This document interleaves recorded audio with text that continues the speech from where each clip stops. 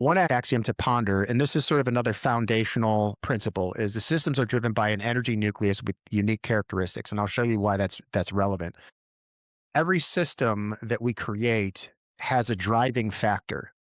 If it's a human system, it could be something like motivation of individual humans. And what is the psychology? What is the sociology of the interaction between people? That needs to be understood. It's not just the individual's contribution to an organization, it is also how of those parts interrelate.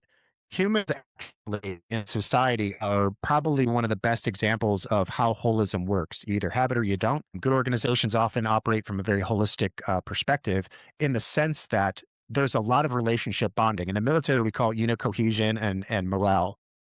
When you have a lot of unit cohesion, if it's an intentionally driven aspect of from the leadership, you have all of these multiplicative gains in performance amongst the people. So your team does quite a bit more with, say, 10 people working together than they would 10 individuals working in silo.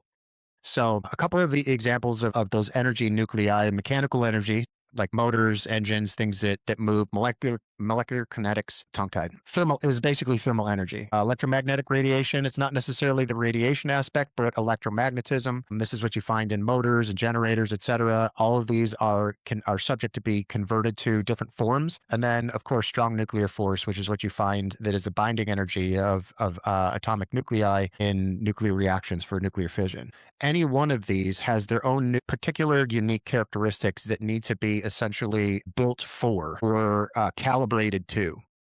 So with respect to what is most relevant to this discussion for High Sky and everyone in the aviation space is energy storage their individual characteristics. So we've gotten away with Jet A for a long time, and most of which is simply based on its characteristics, its combustion characteristics, its lack of volatility, and also its power density and specific power. So you have this, because of its molecular density, it has a very good 50-50 split almost of power density and specific power. So per given volume and per given mass, it carries an adequate amount of energy that we can convert into something like thrust and then eventually into lift to do work.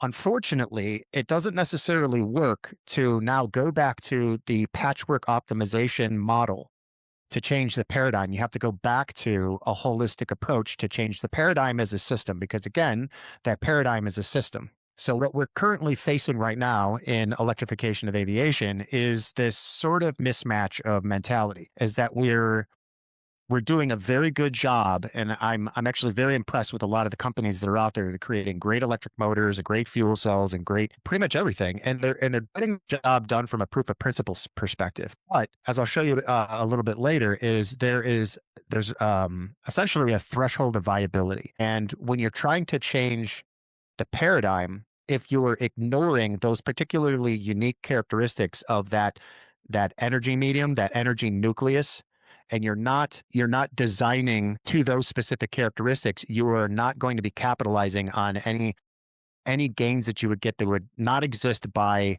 carrying over the old mentality, if that makes sense.